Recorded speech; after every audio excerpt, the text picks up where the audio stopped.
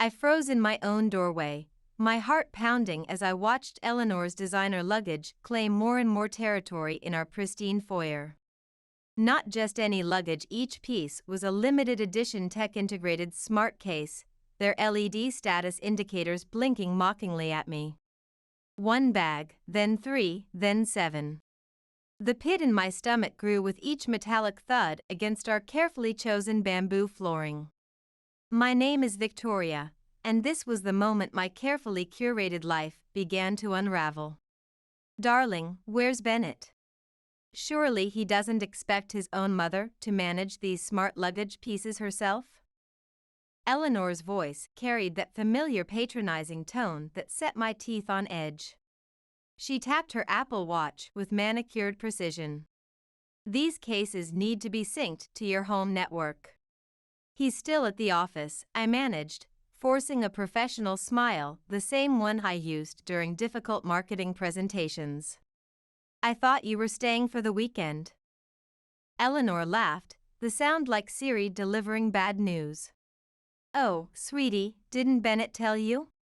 After the divorce, I simply can't bear to stay in that empty smart home. I'll be here until I find my footing again.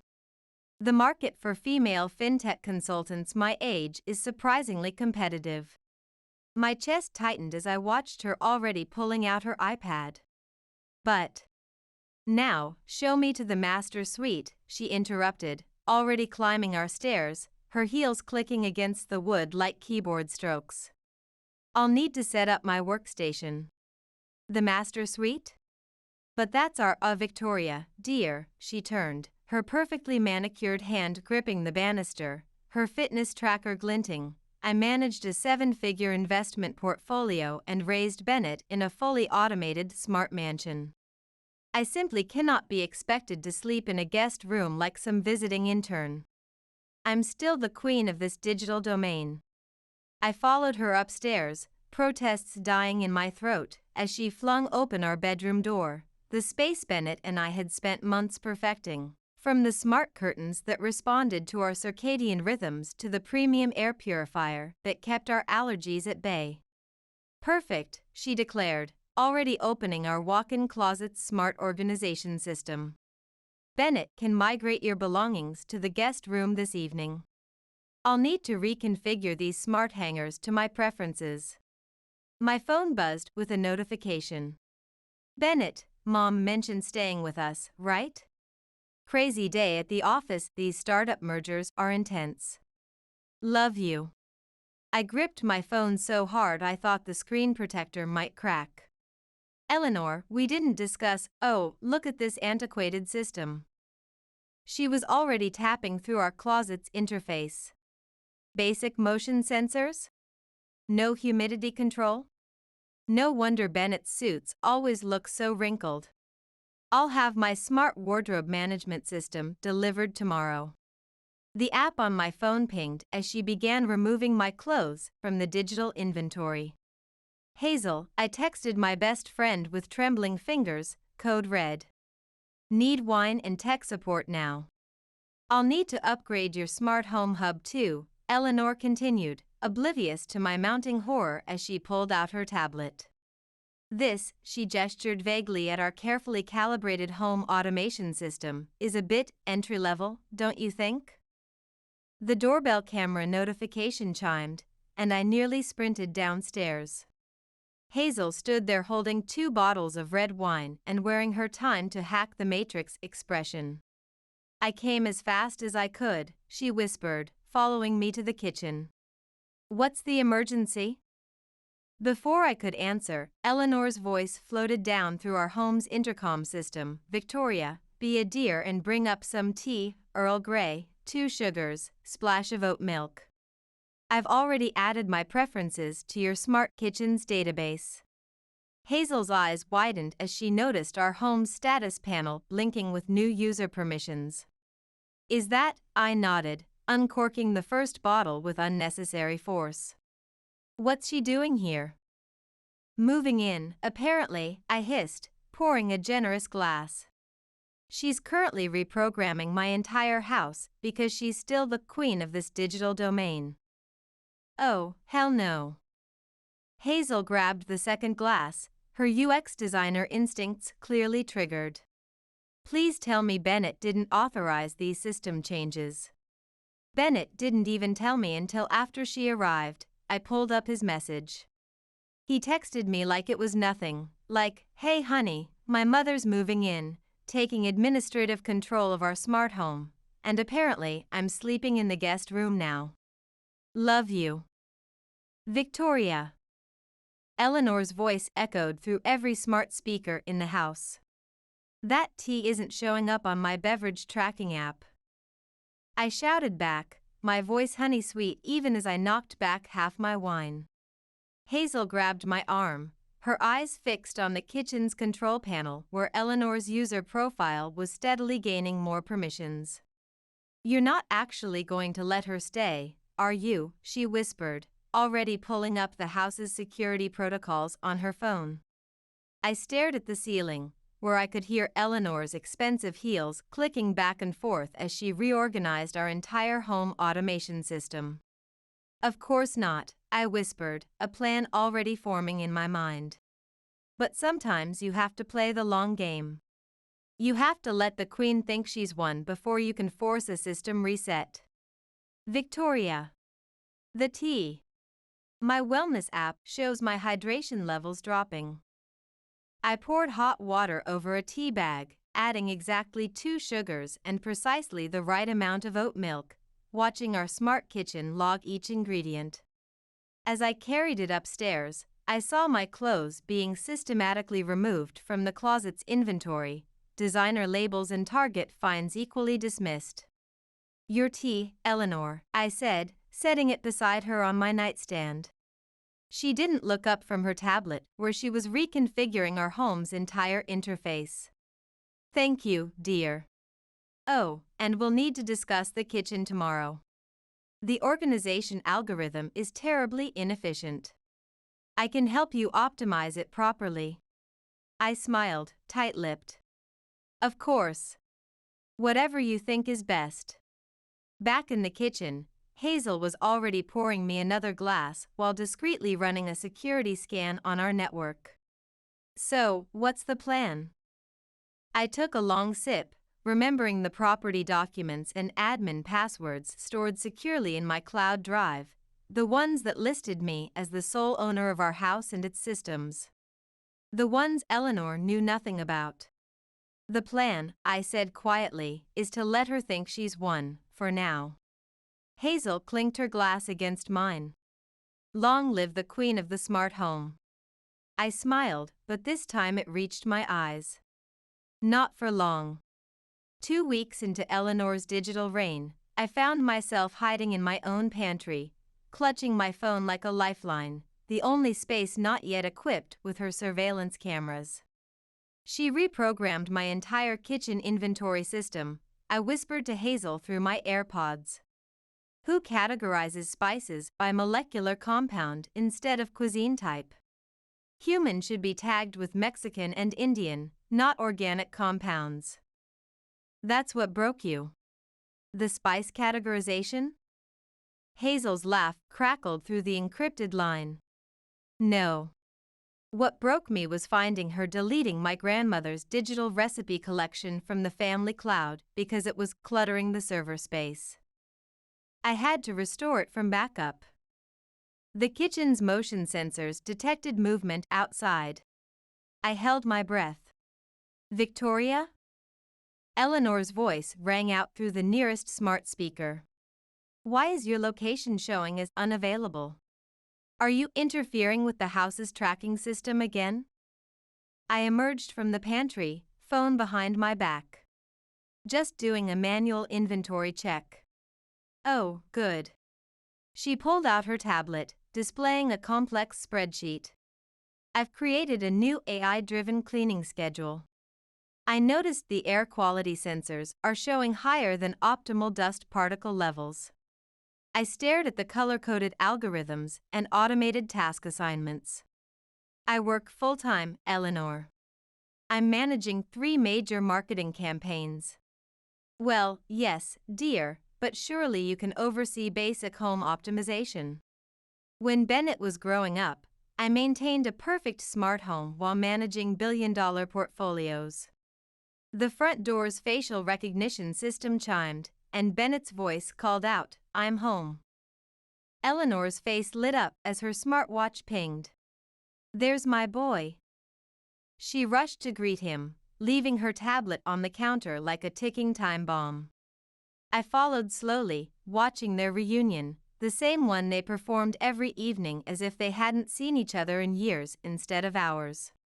"Mom, something smells amazing," Bennett said, kissing her cheek as the kitchen's aroma diffusers adjusted automatically. "Just a little cocoa vin." I noticed Victoria's attempt at French cuisine received rather low ratings from the smart oven's cooking analysis. I cleared my throat. "Actually, Bennett, can we talk privately?" I glanced meaningfully at the nearest smart speaker. He followed me to our new bedroom, the guest room that still felt temporary, like a beta test we couldn't exit. I pulled out my phone and activated the signal jammer Hazel had given me. "What's up?" he asked, loosening his tie while eyeing the new security cameras his mother had installed. "Your mother deleted my grandmother's entire digital recipe archive today. I'm sure she was just trying to optimize the storage space. She's reconfigured every smart device, changed all our automation routines, and now she's created an AI cleaning schedule that would challenge a robotics lab." Bennett sat on the bed, now equipped with Eleanor's chosen sleep tracking system. "She's just trying to help, Vic. She's going through a tough time with the divorce. The tech industry can be brutal at her age." "And what about what I'm going through?" My voice cracked. "This is our home, Bennett. Our system. Not her personal testing environment." Eleanor's voice came through every speaker, overriding my signal jammer. "Dinner is ready. I've synchronized the dining room ambience with my premium mood enhancement algorithm." Bennett stood, straightening his tie again. "Let's just get through dinner. We can talk more later." But we didn't talk more later. We never did.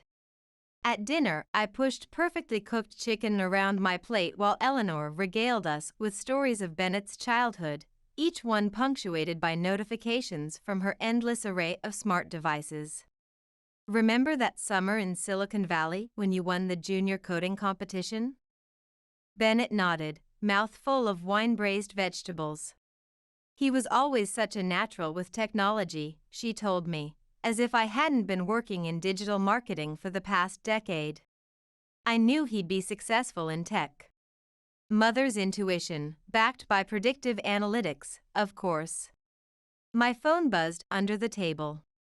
A message from Hazel. "Found something in your archived notifications. Old email from Piper." I excused myself, ignoring Eleanor's comment about device usage during her perfectly calibrated dining experience, and retreated to the bathroom, the one room where I'd managed to secretly disable her surveillance system. The email was buried deep in my cloud storage, Piper's words as sharp as the day she sent them 5 years ago. "Dear Victoria, I know we haven't spoken since Mom's passing, but I need to warn you about Eleanor. She did the same thing to me and Jason when we bought our first smart home, moved in after her temporary career setback, took over everything. By the time we realized what was happening, she had complete control of our home systems and our marriage was in shambles. Don't let her digitally colonize your life like she did ours. Love, Piper." I stared at my reflection in the bathroom mirror, hearing Eleanor's voice float up through the house's intercom system as she lectured about proper smart home protocol. 5 years ago, I'd thought Piper was being dramatic about her mother-in-law. Now I understood. Back at the table, Eleanor was serving her crème brûlée, the kitchen's AI proudly announcing its perfect temperature and consistency. "I'll teach you how to properly calibrate the smart oven's dessert settings someday, Victoria. It's really not as complex as your cooking history suggests." I smiled, encrypting Piper's email securely on my phone. That would be lovely, Eleanor. But my mind was already racing. If Eleanor had done this before, there had to be a way to stop her, and my sister-in-law might just be the key to regaining control. Under the table, I typed a quick message to a number I hadn't used in years. Piper, it's Victoria. You were right about everything. Can we talk? Secure channel only. The response came almost immediately, finally. I've been monitoring her digital footprints since she left us. When and where? I'll bring my network analysis tools. For the first time in 2 weeks, I felt hope stirring. Eleanor might be playing chess with our smart home, but she didn't know I had just found my white hat hacker queen. The coffee shop was 15 miles from my house, far enough that Eleanor's location tracking would only show me in a generic out-of-range status. I spotted Piper immediately, her copper hair unchanged, her laptop decorated with security certification stickers. You look exactly the same, she said, pulling back from our embrace to study my face. Just more tired. That's what digital surveillance does to you, I replied, noting the dark circles under her eyes. Looks like the real estate tech sector isn't much kinder. She gestured to a corner table, strategically positioned away from security cameras. Over locally roasted lattes, I detailed the past 3 weeks, the smart home takeover, the system reconfigurations, the AI-driven cleaning schedules. Piper nodded along, occasionally wincing as she ran diagnostics on her laptop. God, it's like watching a replay of my network logs, she said. Did she do the thing where she accidentally corrupted your favorite photos in the cloud? Last week, my entire wedding album. And the passive-aggressive wellness notifications? Yesterday, she had the kitchen AI alert Bennett about my concerning caffeine intake levels. Piper reached across the table, gripping my hand. Listen carefully, Vic. This isn't about helping a divorced woman restart her tech career. It's about control. She did the exact same thing to Jason and me, started with the master bedroom's environmental controls, then reprogrammed our lives until we forgot what normal system settings felt like. How long did she maintain admin access? Piper's knuckles went white around her cup. 18 months. By the end, Jason and I were sleeping in different rooms, our sleep tracking data used as ammunition in every argument. He couldn't understand why I couldn't just accept his mother's system optimizations. Sound familiar? My phone buzzed, a notification from Eleanor through our Homes app. Noticed your location data is inconsistent. Kitchen AI preparing Bennett's favorite quiche for dinner. Should I add you to the meal plan? She monitors my movements now, I said, showing Piper the message. Of course she does. Next, she'll start inviting Bennett's single female colleagues from the tech sector to dinner. Let me guess, some young programmer named Rachel? I nearly choked on my coffee. She did that last night. A UX designer named Rachel. Because nothing motivates a daughter-in-law like a little Silicon Valley competition. Piper pulled out her tablet, scrolling through data logs. But here's what Eleanor doesn't know. I documented everything. Every unauthorized system access, every modification timestamp, every digital footprint from when she commandeered our smart home. I even tracked her financial algorithms' interference with our accounts. How did you finally regain control? We got lucky. The house's smart systems were registered in my name because Jason's credit score was flagged by the AI. When we finally grew spines, we had a cybersecurity lawyer draft up digital access revocation papers. She paused.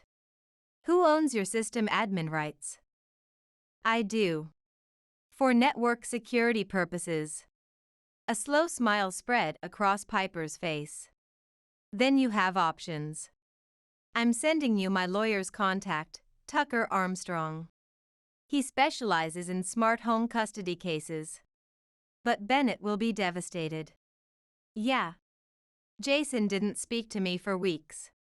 But ask yourself this: would you rather have a few weeks of digital detox or years of watching your marriage dissolve under Eleanor's algorithms? My phone buzzed again. Eleanor also noticed the bathroom's moisture sensors indicating mold risk. I've scheduled a smart ventilation upgrade. Don't worry about the cost. I've already synced my premium credit card with your home improvement app. She's upgrading our bathroom systems without authorization, I said flatly. Of course she is. Piper pulled out her laptop. Start documenting everything. Every unauthorized access attempt, every system modification, every automated charge. Tucker will need a complete digital trail. I feel like I'm plotting a cyber coup. You are. But it's your smart home, Vic. Your digital territory. She squeezed my hand. And unlike me, you caught it early. You still have a chance to save your home network and your marriage. Another notification from Eleanor. The smart home contractors need admin access at 8 a.m. tomorrow. I've used your stored payment credentials for the deposit. Hope that's okay. I showed Piper the message, my hands shaking with anger. And there's your digital smoking gun, she said, already dialing a number. Tucker? It's Piper. Remember my sister-in-law I mentioned? She's ready to talk. Bringing receipts, digital and financial. As Piper arranged the meeting, I stared at my phone, watching the stream of notifications from Eleanor detailing all the ways she was optimizing my life through our home systems. Each alert felt like another firewall between Bennett and me. Tomorrow at 2 p.m., Piper announced, ending the call. Tucker will show you exactly how to regain control of your systems. What if the reset fails? It won't. Because this time you have something I didn't. What's that? Me. Piper's smile was fierce as she pulled up Eleanor's digital footprint. And I've been waiting 5 years to see Eleanor's admin privileges finally get revoked. My phone buzzed one final time. Bennett, Mom says your location data is glitching. Everything okay? You've been acting strange lately. I looked at Piper, at the determination in her eyes, and typed back, everything's about to be reconfigured. Ready to overthrow a digital queen? Piper asked, closing her laptop. I gathered my things, feeling stronger than I had in weeks. It's time to take back my smart home. Tucker Armstrong's office was a perfect blend of traditional law practice and modern tech, with smart displays showing real-time case analytics. He studied the digital evidence I'd brought, property deeds, system logs, unauthorized access records, and screenshots of Eleanor's improvements to my home network. Well, he said, leaning back in his chair while his tablet processed the data, this is actually simpler than I expected. Simple? I shifted in my seat, watching the analysis running across his screens. Nothing about this feels simple. From a legal tech perspective, it is. He tapped through my property documentation. The smart home system is registered solely in your name. Your mother-in-law has no legal right to access admin controls or make unauthorized system modifications, let alone process charges through your secured payment platforms. Tucker pulled up a digital spreadsheet. Let's talk numbers. How much has she spent on unauthorized smart home upgrades? I shared my payment logs. His eyebrows shot up. $122,000 on intelligent bathroom remodeling? The existing moisture control systems were suboptimal. And these equipment orders? New smart furniture? She donated our old pieces to a tech recycling center? Tucker's fingers flew across his keyboard. Without your authentication? She said it was a surprise upgrade? A surprise that cost $8,000? He shook his head.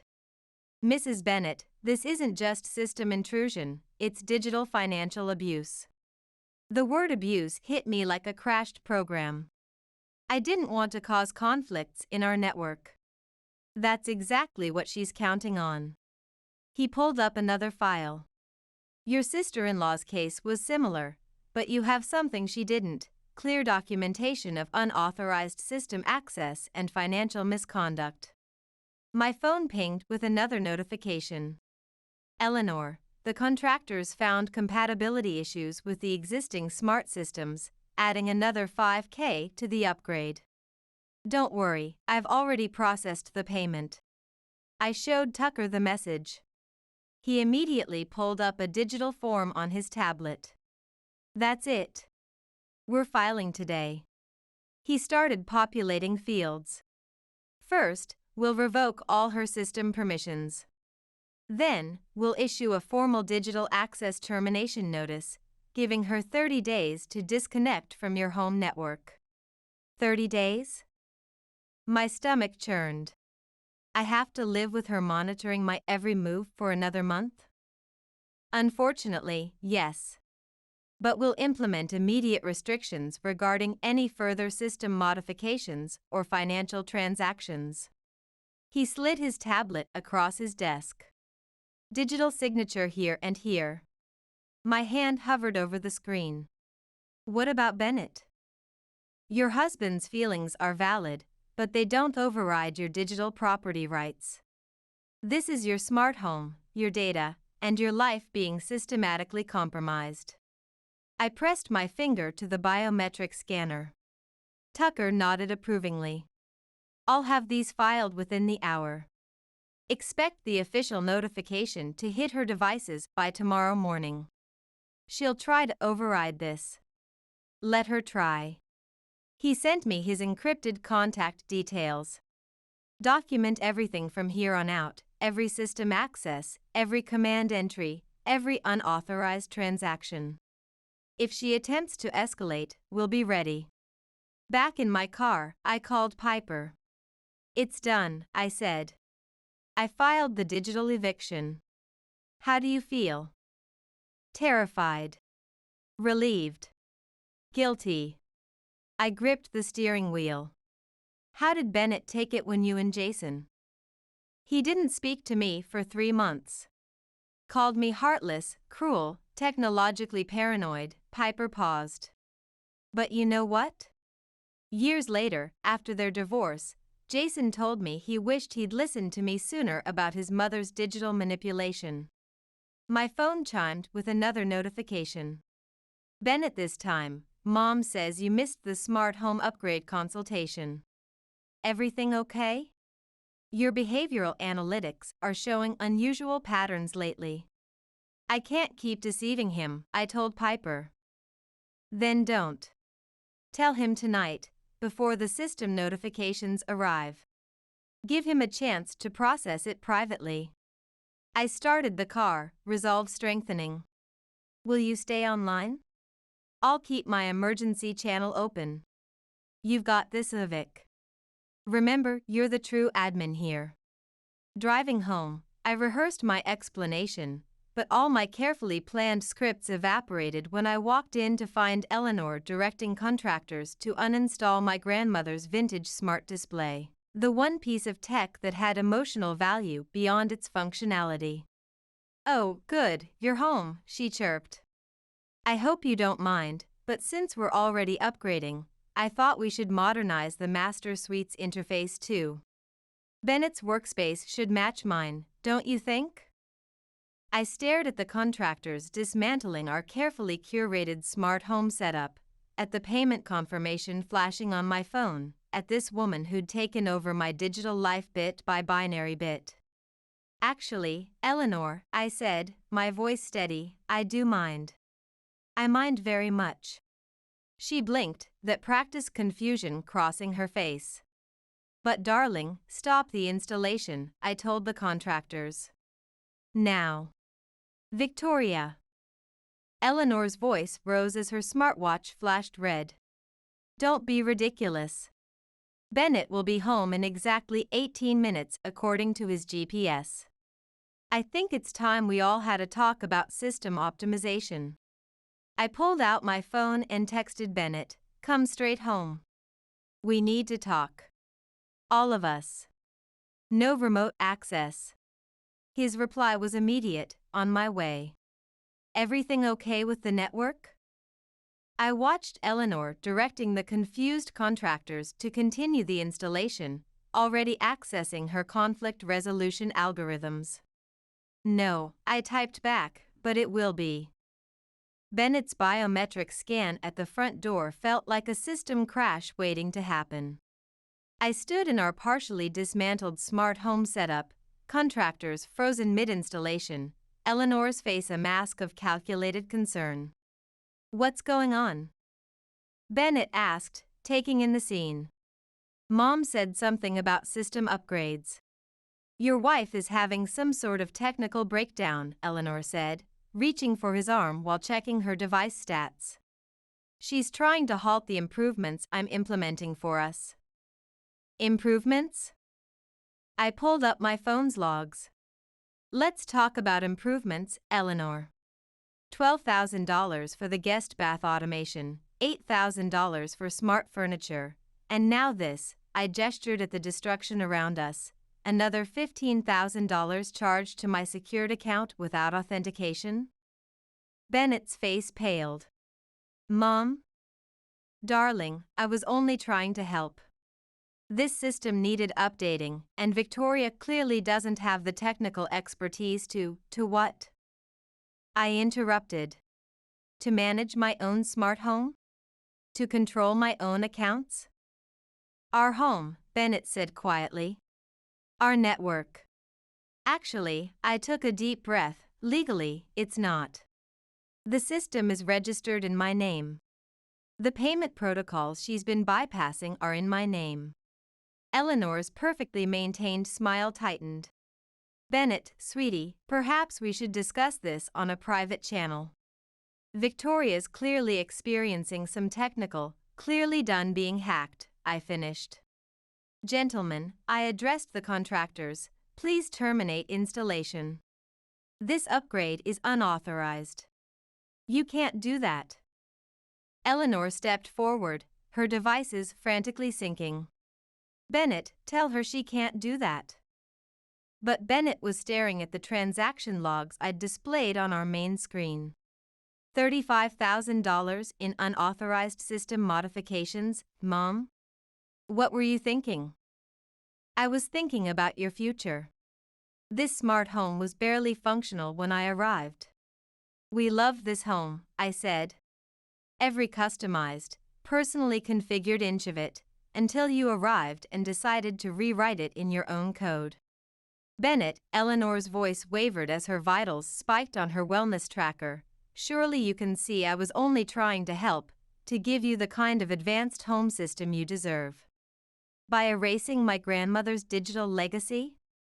I pointed to the vintage display, now partially disconnected. "By deleting my archived data? By overriding our master access and pushing us into guest permissions?" "I deserve full admin access," I cut in. "You deserve nothing. This isn't your system. These aren't your permissions to grant." Bennett picked up a digital invoice. "Mom, did you really recycle our original smart furniture without asking?" "It was outdated." "It was our first major tech investment together," he said. "We spent months optimizing it. I replaced it with superior technology.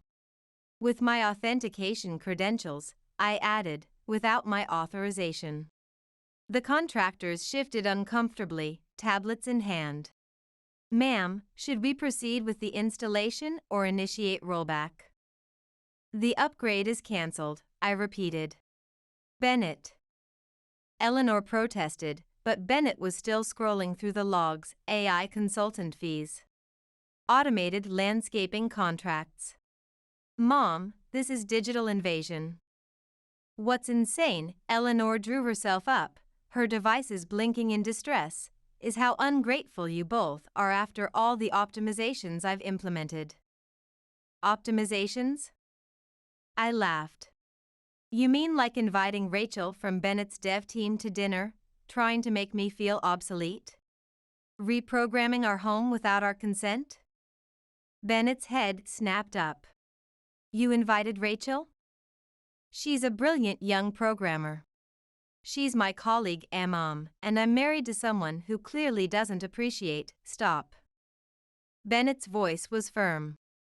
Just stop the protocols. Silence fell. Even the contractor's tablets seemed to quiet. Gentlemen, Bennett addressed them, thank you for your time, but we won't be requiring your services. They couldn't disconnect from our network fast enough. Bennett, Eleanor tried again, her smartwatch displaying elevated stress levels. Let's approach this logically. Logically? I pulled out my tablet. Okay, let's be logical. This is a digital access termination notice. You have 30 days to disconnect from our network. The color drained from Eleanor's face as her devices registered the notification. You wouldn't dare disable my access. I already have. The termination protocols will activate officially tomorrow. Bennett, she turned to him, her wellness tracker beeping with rising blood pressure. Are you going to let her cut off your mother's connection? Bennett looked from the transaction logs to the dismantled smart displays to his mother's face. What choice have you left us? But I'm your system administrator. And I'm his wife, I said quietly, and this is my network. 30 days, Eleanor. She drew herself up, her devices flashing warning signals. You'll regret this reset. Both of you. As she stormed upstairs, her heels clicking like keyboard strokes, Bennett sank onto the edge of our half-dismantled interface station. I had no idea, he whispered. About any of it. I sat beside him amid the disrupted system cables. I know. What do we do now? From upstairs came the sound of furious typing, drawers slamming. Now, I said, taking his hand, we reclaim our home. One system at a time. He squeezed my fingers. Starting with the master protocols. I smiled, hearing Eleanor's muffled commands through the ceiling. Starting with our protocols. The first week after serving the digital access termination notice felt like managing a system under constant attack. Eleanor alternated between radio silence and data floods, while Bennett struggled to maintain his emotional bandwidth through it all. She's your mother, I said one morning, watching him stare into his smart brewed coffee. You're allowed to feel conflicted about the permissions reset. She charged $35,000 to your secured accounts, Vic, he rubbed his face. Who breaches security protocols like that? A notification pinged upstairs, followed by another burst of system alerts. Someone who's never faced authentication failure, I answered. The doorbell's facial recognition pinged. We both tensed. We'd grown to dread unexpected visitors since Eleanor had started inviting random neighbors over to witness her digital exile. But it was Hazel, bearing breakfast burritos and tech support. Thought you might need backup, she said, setting down the food. I saw Eleanor at Starbucks this morning, telling everyone who'd connect about her cruel daughter-in-law. Wonderful, I muttered. What's the damage to our social graph? She tried to convince the barista you're holding her in a tech-free zone. Hazel unwrapped a burrito. But most people seemed more interested in their morning coffee than her network drama. Bennett's phone buzzed. His face fell as he read the message. Mom's sister wants to remote in, he said. Says I need to see reason before it's too late. Too late for what? I asked. According to this, too late to save my data from my hack-happy wife. Hazel choked on her burrito. Hack-happy? You literally run security protocols for half your clients. Facts don't compute anymore, I said. We're off her approved script, and Eleanor's rewriting the narrative. More notifications pinged overhead. Then Eleanor appeared in the doorway, her devices perfectly synced despite the early hour. "Oh," she said, voice dripping with digital disdain, "company. Would you like to share your breakfast analytics? Want a burrito?" Hazel offered, maintaining her user-friendly interface. "I don't consume unmonitored calories." Eleanor turned to Bennett. "Darling, did you receive Carol's emergency broadcast? Your aunt is very concerned about your system integrity." "Mom," Bennett's voice was tired, "please don't network the whole family into this." "But they're already connected. Everyone's discussing how your wife is forcing me offline." "You have 3 smart homes," I pointed out. "That's not the parameter." Eleanor's voice rose. "The point is administrative access. Family protocols. You clearly know nothing about system values, like requesting authentication before spending thousands on unauthorized upgrades." "I was optimizing your environment." "No," Bennett stood suddenly, "you were controlling it. Like you always have." Eleanor stepped back, her biometrics spiking. "Bennett. After everything I've configured for you, configured?" Bennett laughed, a harsh sound. "You're hijacking our home network, spending our resources, trying to fragment my marriage's connectivity. That's not configuration, that's malware." Hazel quietly began packing up her devices. "I should disconnect." "No, stay." Eleanor sneered. "Watch how this ungrateful user treats his primary administrator, the woman who coded his first programs, who's only trying to optimize his life." "Stop the script." Bennett shot back. The room fell silent. Even Eleanor's devices seemed stunned by his outburst. "You don't mean that," she whispered. "Don't I? You accessed our system without permission, took over our primary interface, spent money we'd saved for upgrading our family protocols on modifications we never authorized, family protocols." Eleanor latched onto the words.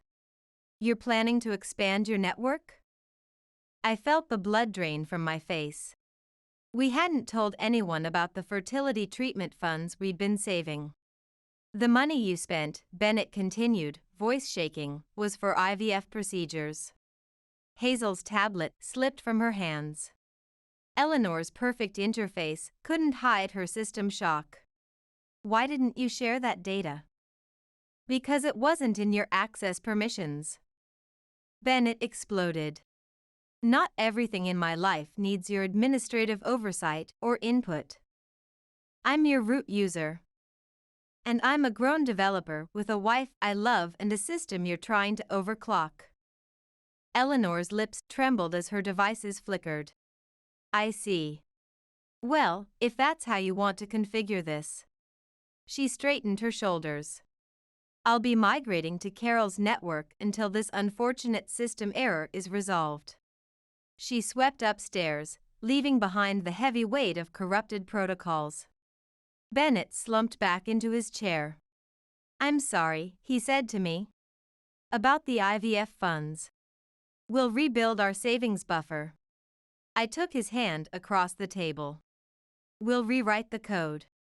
Hazel stood quietly. "I'll log out. Ping if you need backup."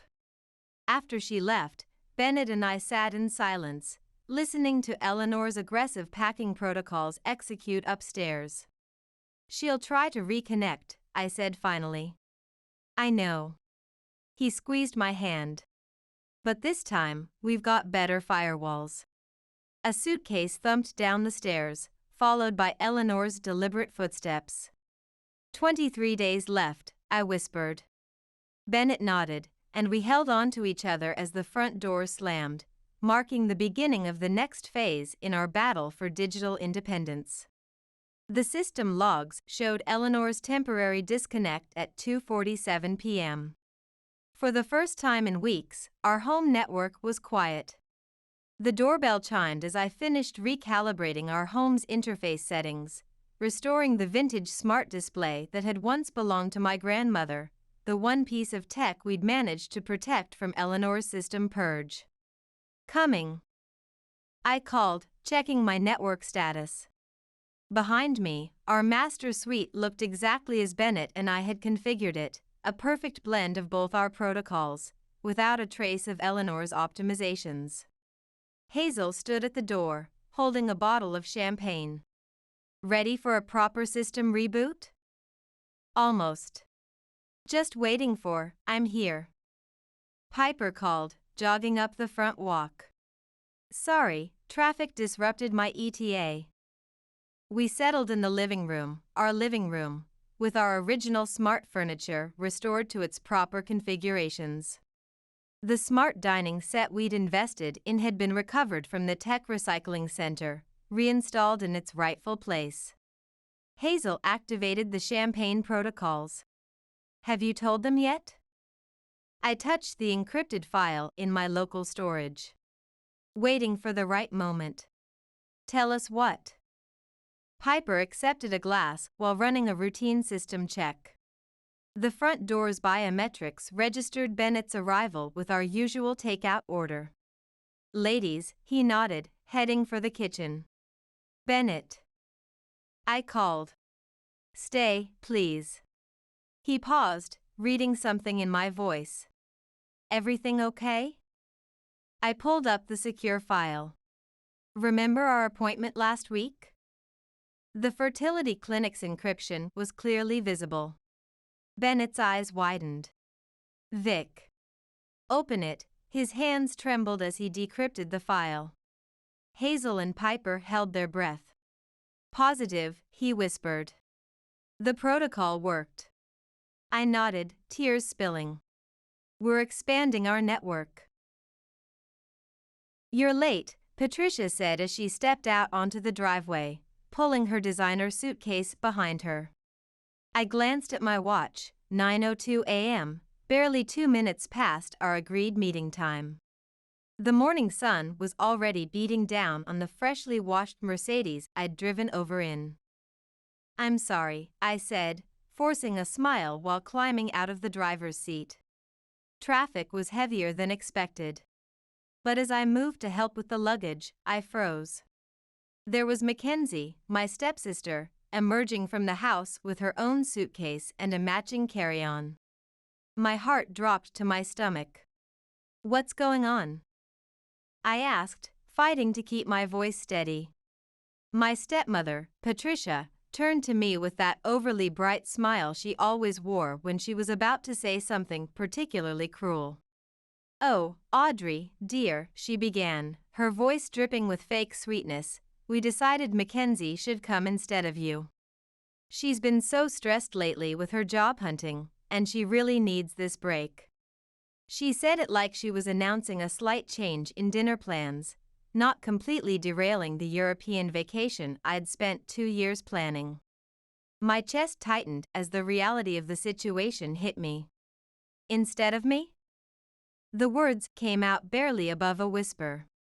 Mom, I've been planning this for years. I put everything into this, the hotels, the private tours, all of it. Working overtime at the medical equipment company, saving every commission check, spending countless nights researching the perfect itinerary. Patricia waved her hand dismissively, her gold bracelets catching the morning light. We're grateful, sweetheart, but you're always so busy with work. You can take another trip later. Mackenzie needs this right now. Mackenzie didn't even attempt to hide her smirk as she adjusted her designer sunglasses, shifting her weight onto one hip. Thanks for understanding, sis, she said, her tone dripping with the same artificial sweetness as her mother's. The same tone she'd used when she'd borrowed my prom dress in high school and returned it with wine stains. I stared at them both, my hands gripping my car keys so tight the metal dug into my palm. Harrison, my father, shuffled out a moment later, his eyes fixed on the ground as he wheeled his luggage toward me. The sight of him avoiding my gaze only intensified the burning in my chest. This is unbelievable, I said, my voice trembling with a mix of anger and disbelief. After 15 years of trying to be the perfect stepdaughter, of accepting Patricia and Mackenzie into our family after my mother's death, this was how they repaid my effort. This was supposed to be our trip, Dad. Something I planned for us, as a family. Well, it still is family, Patricia interjected with that infuriating smile, just with Mackenzie instead. Don't make this a big deal, Audrey. Your sister really needs a break from all that job searching. My name is Audrey, and for the past 2 years, I've been working overtime in medical equipment sales, saving every commission check, every bonus, to give my family a trip they'd never forget. Luxury hotels in Paris, private tours in Rome, exclusive dinner reservations at Michelin-starred restaurants. I'd planned every detail with painstaking care. But as I stood there in the crowded drop-off zone at O'Hare International, watching Mackenzie swagger toward the terminal entrance with her designer luggage, I realized something I'd been avoiding since my father's remarriage. It didn't matter how hard I worked or how much I sacrificed. In their eyes, particularly Patricia's, Mackenzie would always come first. I clenched my jaw, swallowing the bitter words threatening to spill out. Instead, I forced a tight smile and popped the trunk. Let's get going then, I said, my voice as flat as the Illinois prairie. If they wanted to prioritize her over me, fine. They could go with her, but I wasn't about to let them enjoy the luxury vacation I'd planned and paid for. The drive through Chicago's morning traffic was suffocating, broken only by Mackenzie's incessant chatter from the back seat. Oh my God, Mom, did you see that TikTok about Paris? The one with that cute cafe near the Eiffel Tower? We have to go there. Do you think we'll have time, or will those fancy tours Audrey booked take up the whole day? My hands tightened on the steering wheel until my knuckles turned white, my eyes fixed on the stream of cars ahead.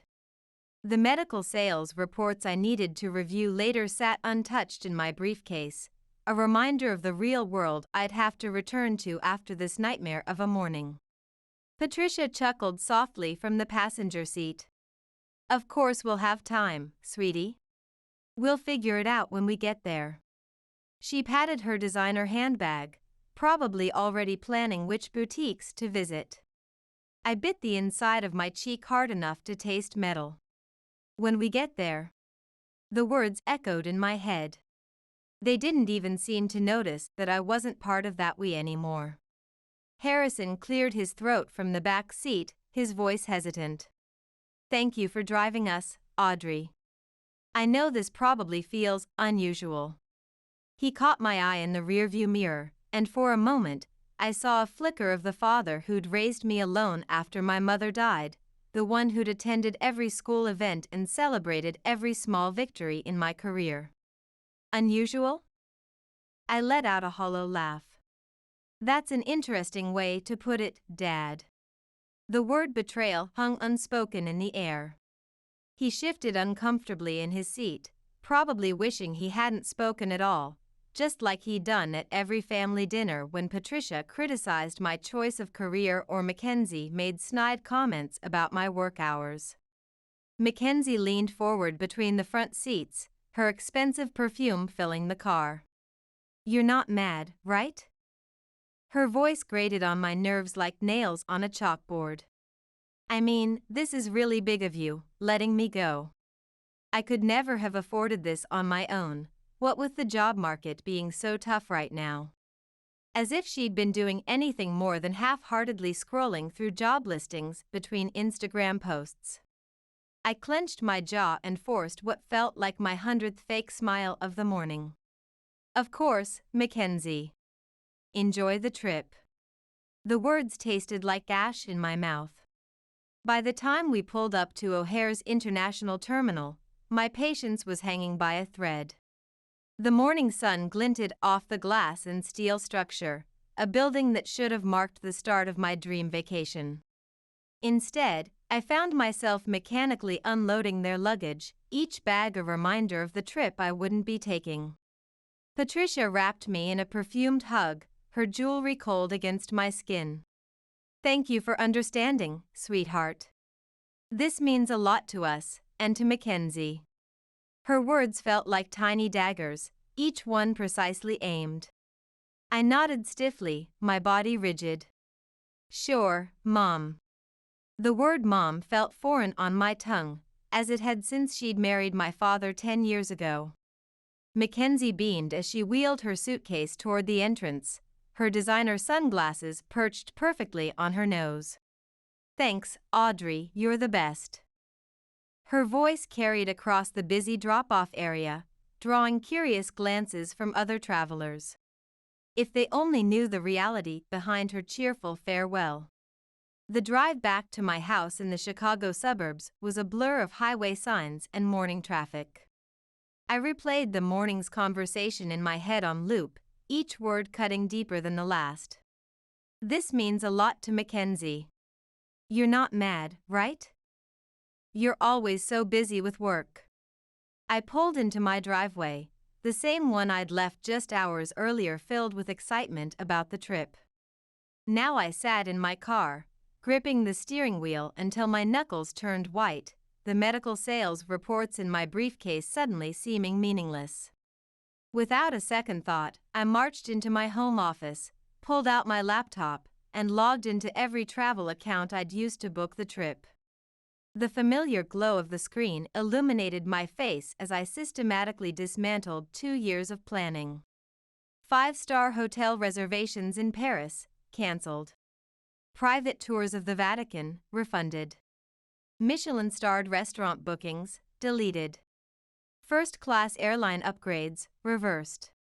I stared at the confirmation emails piling up in my inbox, feeling the tightness in my chest start to ease with each cancellation notification. They wanted to take Mackenzie instead of me? Fine, but they wouldn't be staying in luxury hotels or enjoying private tours on my dime. As I closed my laptop, a sense of satisfaction settled over me. Let them explain themselves to the concierge at the Four Seasons Paris. I was done being their doormat. The calls started flooding in as soon as their flight landed. My phone buzzed relentlessly as I unpacked my own suitcase, the one I'd carefully packed with outfits for each planned excursion, each dinner reservation, each museum visit.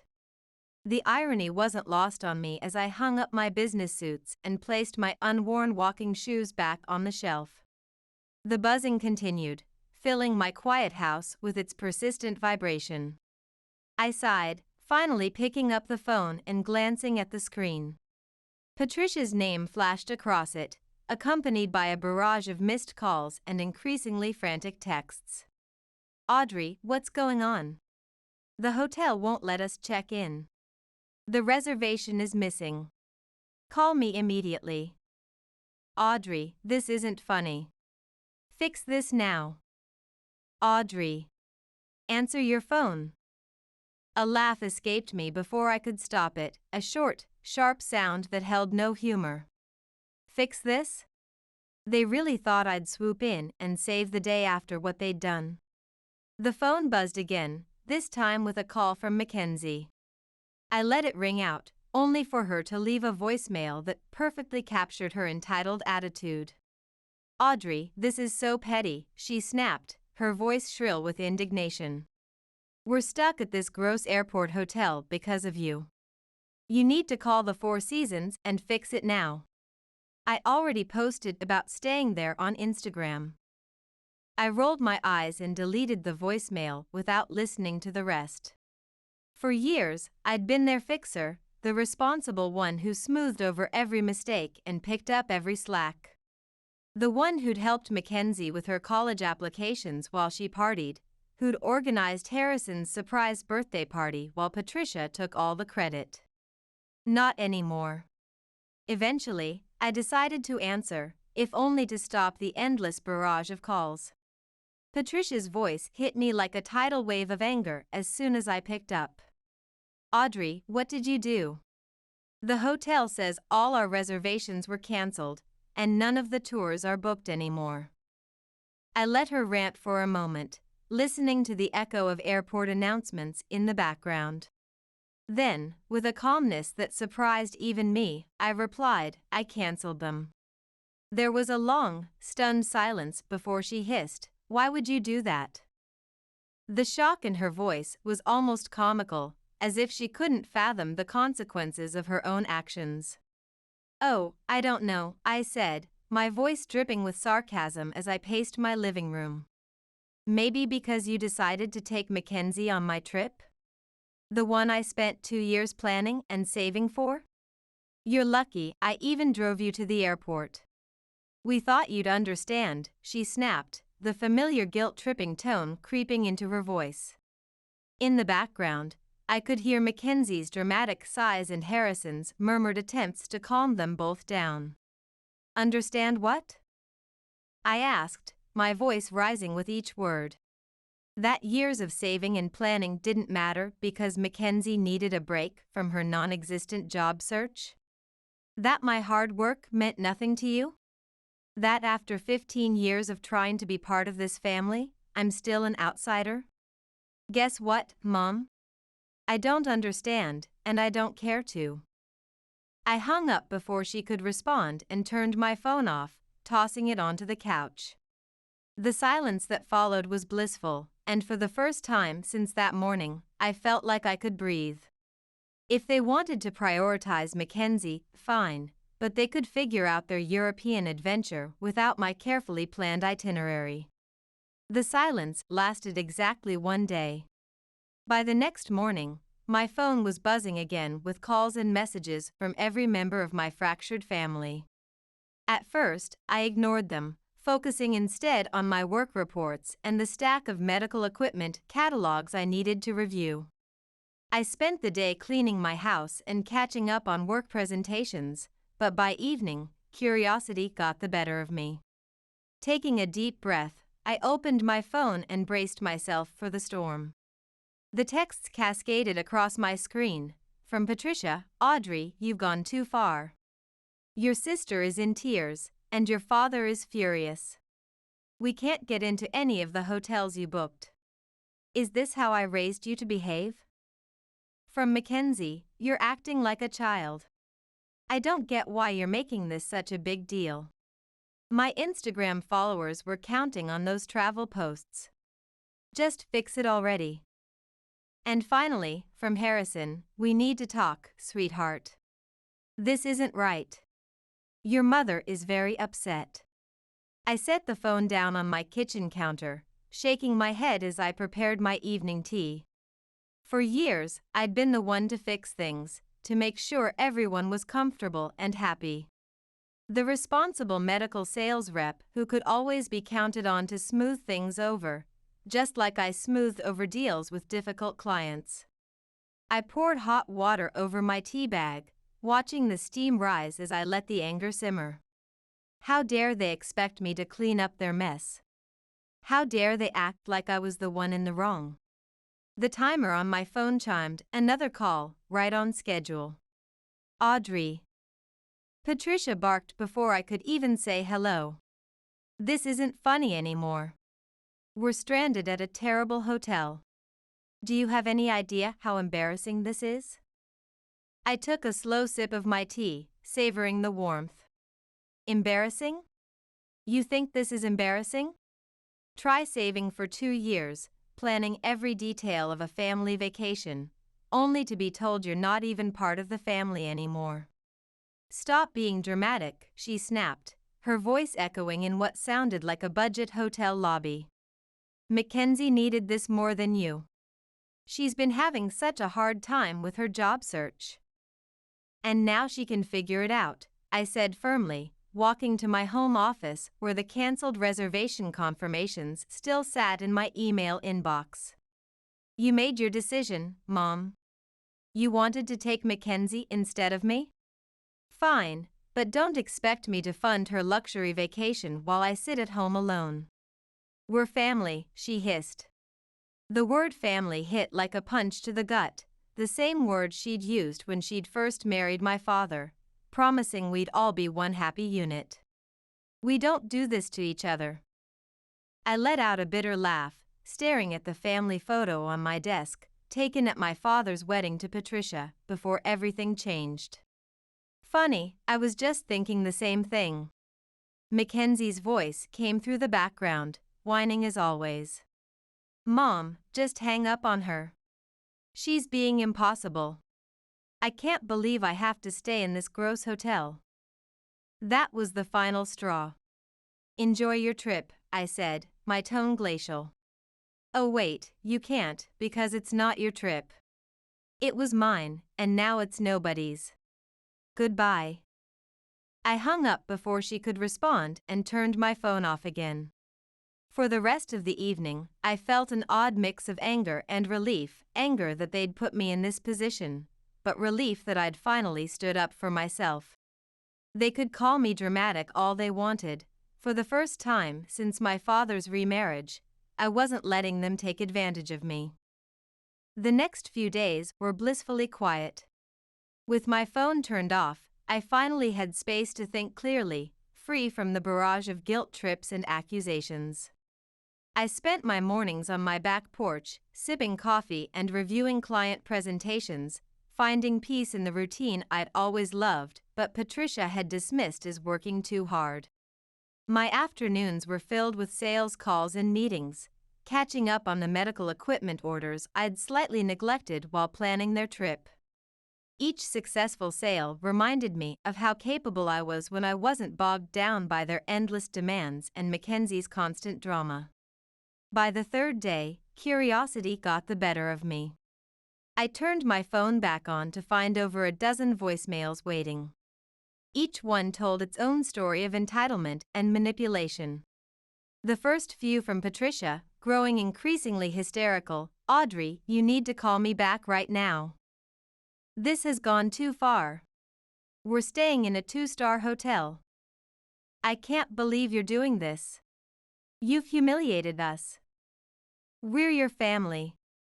How could you treat us this way? Then came Mackenzie's messages, dripping with her usual entitled tone. This is so petty, even for you. My followers are asking why I'm not posting from the Four Seasons. You're ruining everything. I had to delete my Paris posts. Just fix it, Audrey. I can't believe you're being such a drama queen. And finally, Harrison's voice, quieter but no less pointed. Audrey, sweetie, I don't understand what's happened to you. Call us back so we can sort this out. Your mother is very upset. I hesitated before playing the final voicemail, a long one from Patricia. Her voice was quieter this time, tinged with frustration and exhaustion. Audrey, she began, we're back at the airport now. The trip is ruined, and I hope you're happy with yourself. Your sister is devastated, and your father and I are, well, disappointed doesn't even begin to cover it. Call us when you're ready to talk about your behavior. I deleted the voicemails without replying. I wasn't ready to talk, and honestly, I didn't know if I ever would be. This wasn't a one-time mistake. It was the culmination of years of them putting Mackenzie first and expecting me to accept it with a smile. As I sat in my home office, surrounded by medical sales reports and client presentations, I found myself reflecting on all the times I'd been overlooked or dismissed, every holiday where Mackenzie's whims dictated the plans, every family gathering where my sales achievements were treated as afterthoughts while they fawned over Mackenzie's latest Instagram follower count.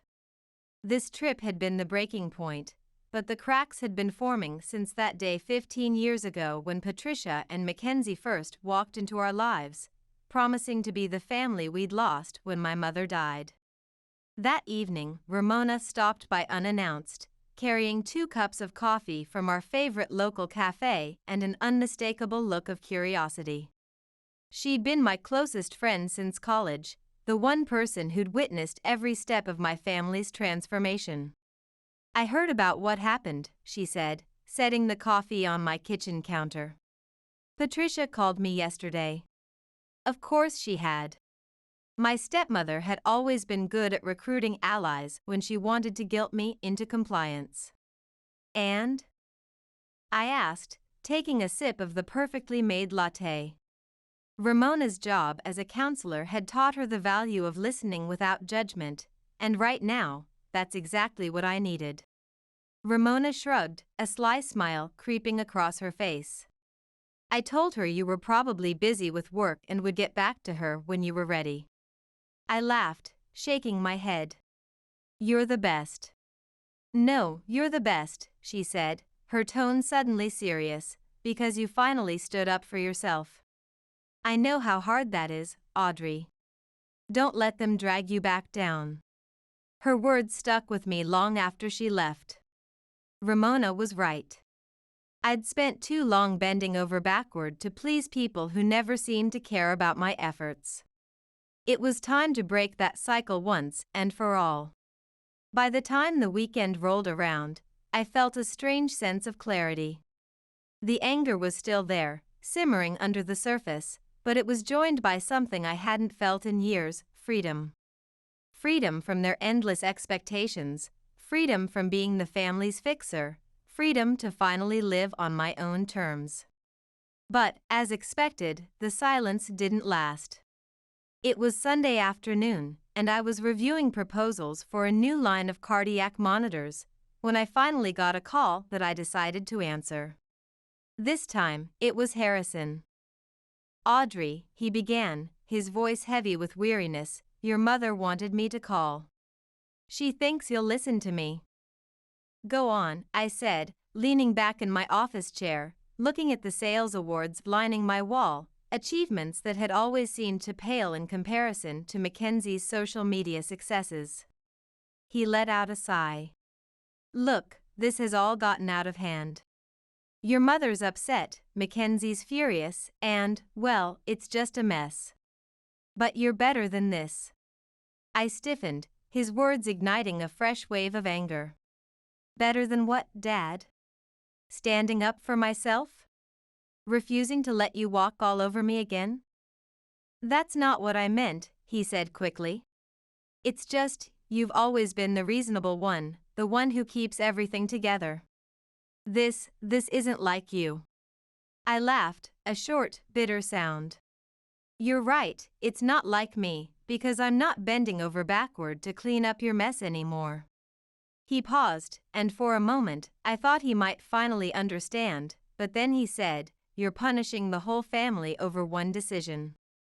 Is that really fair? Fair? I repeated, rising from my desk chair to pace my office. You want to talk about fair? Was it fair when you and Patricia decided I wasn't important enough to be part of the trip I planned? Was it fair when you replaced me with Mackenzie like I didn't matter? Was it fair when you stood there in the airport and said nothing? That's not what we were trying to do, he said, his tone defensive now. We just thought Mackenzie needed it more. She's been struggling with her job search, and… Of course you did, I snapped, stopping in front of the window overlooking my carefully tended garden, another accomplishment Patricia had dismissed as a waste of time. You always think she needs more attention, more support, more of everything. And I'm always the one expected to sacrifice for her. Not anymore. The silence on the other end of the line was deafening. Finally, he said, I don't know what you want me to say. I don't need you to say anything, I replied, my voice steady. I just need you to understand that I'm done being the afterthought. From now on, I come first in my own life. Audrey. Goodbye, Dad.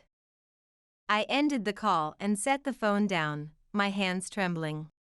For the rest of the day, I let myself feel everything: anger at their betrayal, sadness for the family relationship I'd tried so hard to build, and relief at finally standing my ground. It wasn't easy, but it felt like the start of something new. I wasn't the family's fixer anymore, and I wasn't going to be. When my father, Patricia, and Mackenzie finally returned, I was waiting for them at their house. I'd parked my Mercedes in their driveway, sipping coffee from my travel mug and feeling surprisingly calm as I watched their airport taxi pull up. As they stepped out, dragging their suitcases behind them, Their faces were a mix of exhaustion and irritation. Mackenzie was the first to speak, her designer sunglasses now perched uselessly on her head in the evening light. "Well, I hope you're happy, Audrey." Her voice carried across the manicured lawn her mother was so proud of. I raised an eyebrow, staying seated on the porch swing where I'd spent so many evenings as a teenager, before Patricia and Mackenzie entered our lives. Happy about what? Our trip was a disaster.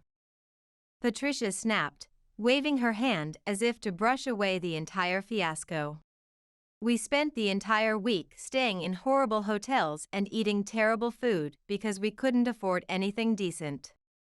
And don't get me started on the tours. Mackenzie chimed in, crossing her arms over her wrinkled designer blouse. Oh wait, there weren't any. Do you know how embarrassing it was to show up and be told there was no reservation? My Instagram is ruined. I took another sip of coffee, letting their complaints wash over me. Sounds rough, I said finally, my voice calm. But you wanted to take Mackenzie, remember? I'm sure you all had some great bonding time. That's not the point. Patricia shot back, her voice rising to that familiar pitch she used when things weren't going her way. You knew we couldn't afford all the things you'd planned. You set us up to fail. I stood up, setting my mug down on the small table next to the porch swing. No, Mom, I didn't set you up for anything. I planned a trip for the four of us, something special I'd been saving for years. You're the ones who decided to cut me out at the last second. Harrison finally spoke up, his tone quieter but no less accusatory. You didn't have to cancel everything, Audrey. That was extreme. Was it? I asked, folding my arms. Why should I have paid for a trip I wasn't even invited to? If Mackenzie needed it so badly, you should have planned it yourselves. You're lucky I didn't cancel the return flight. Mackenzie rolled her eyes, pulling out her phone as if to check her social media notifications. You're so dramatic. It's just money, Audrey. And you're so entitled. I shot back, my carefully maintained composure finally cracking. Do you have any idea how much work and sacrifice went into planning that trip? Or do you just assume things magically appear for you because someone else takes care of it? They stood there, stunned into silence by my outburst.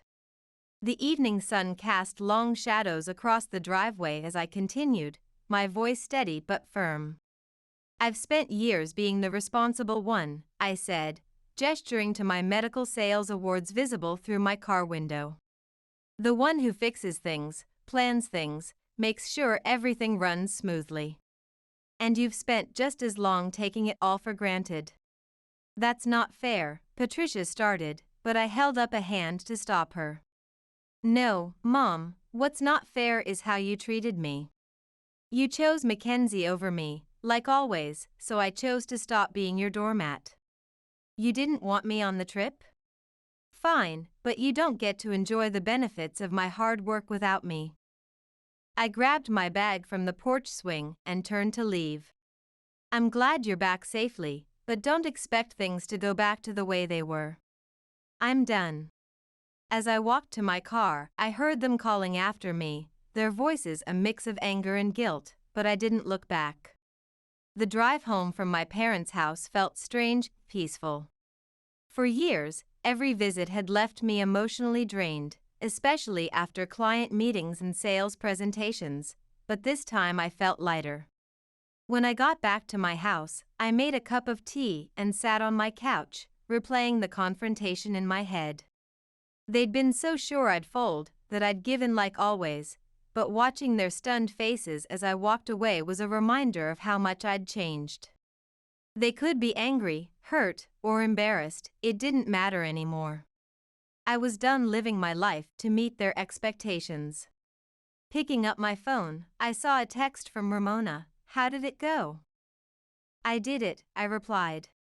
I finally stood up for myself. Proud of you, she texted back. Dinner tomorrow? Absolutely, I responded, smiling for the first time that evening. The next day, I got a call from Ramona during my lunch break between client meetings. So tell me everything, she said, not bothering with pleasantries. How are you feeling after yesterday? I laughed, leaning back in my office chair. Exactly like you'd imagine. They're furious. Mackenzie's pouting about her ruined social media plans, and Patricia is probably trying to figure out how to guilt me back into line. Ramona let out a snort. Let her try. You've got a backbone now, and I'm here to make sure it stays in place. I grinned, grateful for her unwavering support. Thanks, Ramona. I mean it. You've been my rock through all of this. Anytime, she said, her voice softening. So, what's next for you now that you're not playing family fixer anymore? That question had been circling in my mind since the confrontation. What was next? For years, so much of my energy had been poured into trying to please my family, trying to earn their approval. Now that I'd let go of that burden, the possibilities felt endless and a little intimidating. I don't know yet, I admitted, looking at the travel brochures still sitting on my desk. But I feel like I get to decide. Not them, not anyone else, just me. Sounds like the start of something amazing, Ramona said, and I could hear the smile in her voice. Maybe we could plan that trip to Italy you always talked about? Maybe, I replied, already feeling a spark of excitement. But this time, I'll be planning it for someone who actually appreciates it. Over the next few weeks, I started making small changes that felt big in their own way. I redecorated my home office, replacing the family photos with artwork I'd always loved but Patricia had called too modern. I spent weekends exploring Chicago's medical technology conventions and local parks, things I'd always meant to do but never made time for between family obligations and Mackenzie's endless crises. I started journaling too, writing down my thoughts and dreams without filtering them through the lens of what my family might think. Each small step felt like reclaiming a part of myself I hadn't realized I'd lost. One evening, I sat down with my laptop and opened the spreadsheet I'd used to plan their trip. The canceled reservations stared back at me, but this time I didn't feel a pang of regret. Instead, I felt a surge of determination. That money had been meant for a once-in-a-lifetime experience, and I wasn't going to let it go to waste. Closing the spreadsheet, I opened a new browser tab and typed solo travel ideas. A few weeks later, I booked a trip to Italy, not the same itinerary I'd planned for them, but something entirely my own. This wasn't about proving a point anymore. This was for me, a chance to celebrate my independence and finally put myself first. The moment I landed in Rome, I felt a surge of excitement and nervousness. I'd never traveled alone before, but as I stepped out of the airport and into the bustling city, I knew I'd made the right decision. Between meetings with European medical equipment suppliers, I spent my days wandering cobblestone streets, marveling at ancient ruins, and indulging in meals at charming little cafes. There was no schedule to keep, no one else's preferences to consider, just me and the freedom to do exactly what I wanted. One afternoon, while sitting on the Spanish steps with a gelato in hand, I pulled out the journal I'd brought with me. For years, I'd written about what I wanted to achieve, but those dreams were always wrapped up in making someone else happy, organizing family events, supporting Mackenzie's latest schemes, trying to earn Patricia's approval. Now, as I wrote, the focus shifted. Learn Italian. Expand my medical sales territory. Travel to at least 5 more countries. Start my own medical equipment consulting firm.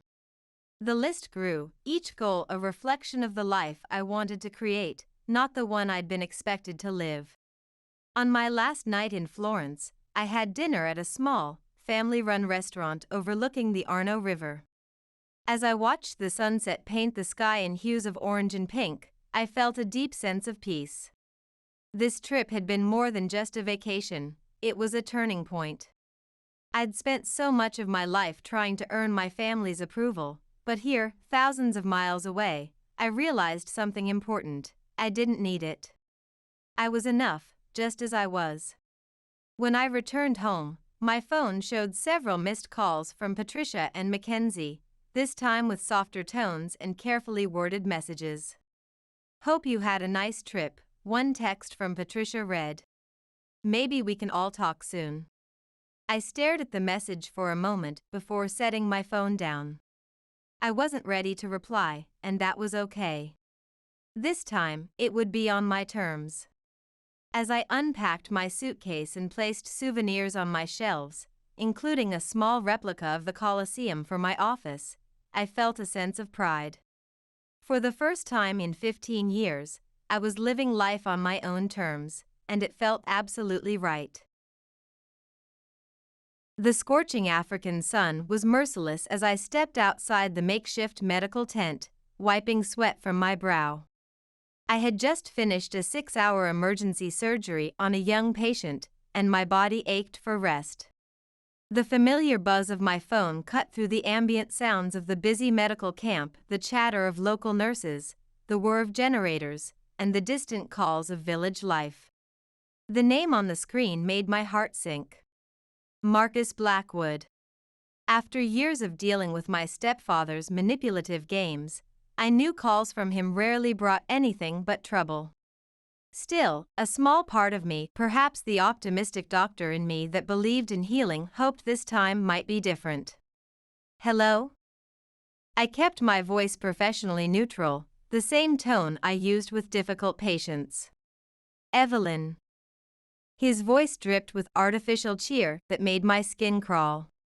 "Just thought you'd want to know, I've sold the mountain cabin." I froze, my grip tightening on the phone until my knuckles turned white. The sounds of the medical camp seemed to fade away, replaced by a hollow ringing in my ears. "You did what?" "Sold it," he repeated with disturbing enthusiasm, as if announcing a celebration. "Don't look so shocked, it's for the greater good of mine, obviously." His smug laugh echoed through the line, a sound that made my blood pressure spike in a way that would concern me as a doctor. "My name is Dr. Evelyn Parker, and for as long as I can remember, Marcus Blackwood has been the cancer in my family's life. He married my mother when I was 15, worming his way into our lives with charm and calculated humor. But beneath that polished exterior was a man who treated others' possessions like chess pieces in his endless games of self-interest. The cabin wasn't just a vacation property, it was my sanctuary, a piece of my mother's legacy that I'd preserved through medical school and countless volunteer missions. It was where I recharged between grueling deployments with Doctors Without Borders, where I hosted fellow physicians for strategy sessions, and where I felt closest to my mother's memory. Hearing Marcus treat it like a poker chip made my carefully maintained professional composure crack. "You had no right," I said, my voice trembling with the same intensity one reserved for confronting negligent parents. "That cabin wasn't yours to sell." "Relax, dear," Marcus drawled, his voice carrying that condescending tone he always used when he thought he was being clever. "I've been managing things while you're off playing hero in Africa. And really, what's the point of a cabin you're never around to enjoy?" It was an elegant solution to my temporary financial concerns. "You'll thank me later." "I'll thank you when hell freezes over," I snapped, ending the call before my medical ethics about doing no harm could be severely tested. I paced the narrow space between medical supply crates, my scrubs still bearing traces of the day's surgeries. The familiar scent of antiseptic did nothing to calm my racing thoughts. Marcus's audacity had reached new heights, but this time he'd made a critical error in judgment. What he didn't know, what I'd carefully kept from him, was that the cabin wasn't solely mine to sell. My best friend and fellow advocate for justice, Amelia Hayes, was co-owner. The environmental lawyer in her had insisted on a legally binding co-ownership agreement years ago, requiring both our signatures for any sale. I sank onto a metal folding chair, staring at my phone as if it might explode with another call from Marcus. My mind raced back to all the times he'd manipulated situations, each memory burning like antiseptic on an open wound. How could he think this was acceptable? Selling something so deeply personal to me as if it were just another asset in his portfolio of schemes. The cabin wasn't just property, it was my lifeline. It was where I spent summers with my mother before she married Marcus, where she taught me about the healing properties of local plants, sparking my interest in medicine. After her unexpected death, it became my anchor, the one place where I could still feel her presence guiding my path in medicine. Marcus, predictably, saw none of this. To him, it was just another asset to leverage, like everything else he'd exploited over the years. But this wasn't some minor transgression, this was my heritage, my haven between saving lives. With hands that had performed delicate surgeries just hours before, I tapped Amelia's contact information and waited for her to answer. "Hey Evelyn, caught you between surgeries?" Amelia's voice came through clear despite the distance, carrying the sharp focus she was known for in environmental law circles. "Marcus sold the cabin," I said, the words tasting bitter in my mouth. The medical tent's canvas walls suddenly felt suffocating. There was a pointed silence on her end, then, "He what?" Her tone carried the same intensity I'd heard her use in environmental protection cases. "Apparently, he needed to cover his gambling debts," I explained, my free hand instinctively organizing medical supplies, a habit that helped me think clearly. "He seems to think he has the authority to make unilateral decisions about the property. But our co-ownership agreement makes that legally impossible. He can't sell without your consent." Amelia let out a controlled breath, the same one she used before delivering closing arguments. That man's arrogance is truly breathtaking. Did he really think he could pull this off? "He has no idea about the legal safeguards we put in place," I said, finding some comfort in our preparation. "I'll wrap up this medical mission and head back as soon as I can. Could you pull up our documentation? I want to be ready to counter this the moment I land." "Already on it," Amelia replied with the efficiency that made her a formidable environmental advocate. "I'll have everything prepared. We're not letting him get away with this, Evelyn. Not this time." As I ended the call, a peculiar calm settled over me, the same focused state I entered before complex surgeries. Marcus thought he'd outsmarted me, assuming I was too occupied saving lives in Africa to challenge his betrayal. But he'd severely underestimated both me and my resources. I wasn't the intimidated medical student he used to manipulate. I was a skilled physician with a strong support system and an intimate understanding of how to fight for what's right. The next few days passed in a blur of medical procedures and patient consultations. Even as I treated malaria cases and conducted pediatric examinations, Marcus's betrayal lingered in my thoughts like a persistent infection. During brief breaks between patients, I found myself documenting everything in my medical journal, not patient notes this time, but memories of the cabin, the first time my mother showed me how to identify medicinal plants in the garden, the countless hours Amelia and I spent restoring the place, the peaceful evenings by the fireplace planning future medical missions. This wasn't just a building Marcus could gamble away, it was a crucial part of my identity as both a daughter and a doctor. Amelia's call came as I was updating patient charts in the quiet of the evening. "I've reviewed our co-ownership agreement," she said, her voice carrying the confident tone she used when preparing for environmental protection cases. "As we thought, any sale without my explicit consent is legally void. He's got absolutely no standing." Relief washed over me like the feeling after a successful surgery. "Have you found out who he tried to sell it to?" Not yet, Amelia replied, keyboard clicks punctuating her words. I've accessed the county records, but there's no official transfer of ownership recorded. Classic Marcus trying to operate in the shadows. Sounds exactly like him, I said, organizing my medical supplies with practiced precision. Always looking for shortcuts, always trying to manipulate the system. What's our next move? I asked, unconsciously using the same tone I used when consulting with other doctors on complex cases. We have two options, Amelia responded, her legal mind already mapping out strategies. We can either confront him directly, or we can let the legal system do the heavy lifting. Either way, the law is firmly on our side.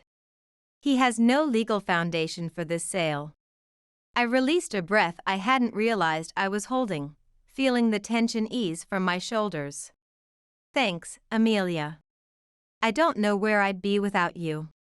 You'd still be fighting the good fight, she said warmly, but it's better to have backup. We're in this together, just like we've always been. As I hung up, a strategy began forming in my mind, as clear as a surgical plan. I'd complete my remaining medical duties here, return home, and face Marcus head-on. But I wouldn't match his emotional manipulation with anger. That's what he'd expect from the stepdaughter he still saw as an impulsive teenager. Instead, I'd approach this like a difficult medical case, with calm precision, careful planning, and the backing of expertise. He thought he'd won, but he was about to learn that years of handling medical crises had taught me more than just how to save lives. When I finally walked into my apartment, the silence hit me differently than the bustling sounds of the medical camp I'd grown accustomed to. My potted medicinal herbs, carefully selected to remind me of the cabin's garden, had wilted slightly, and a stack of medical journals waited by the door. I had barely set down my medical bag when my phone buzzed. Marcus.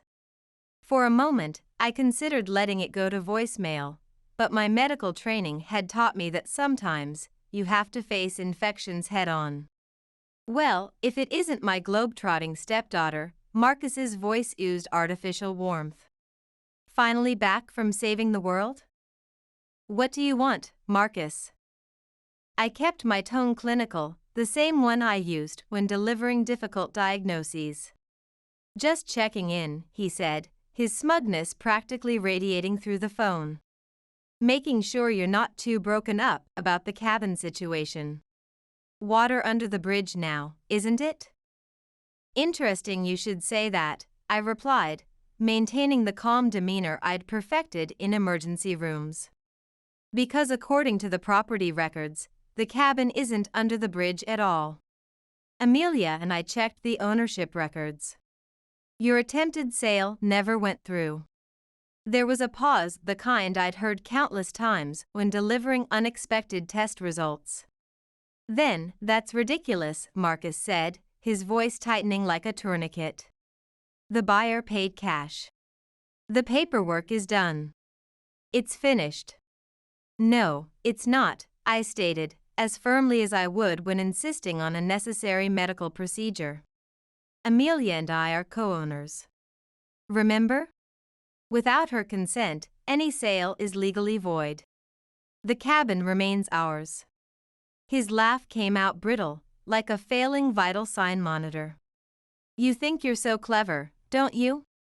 Always the perfect doctor, always trying to control everything. You have no idea what I've been dealing with, Evelyn. I did what I had to do. You tried to steal from me, I countered, years of medical ethics strengthening my resolve. And you expect me to sympathize? You've made your choices, Marcus, and now you'll have to face the consequences. The line went dead as he hung up, leaving me standing in my apartment, phone in hand, feeling the same rush of adrenaline I got during successful resuscitations.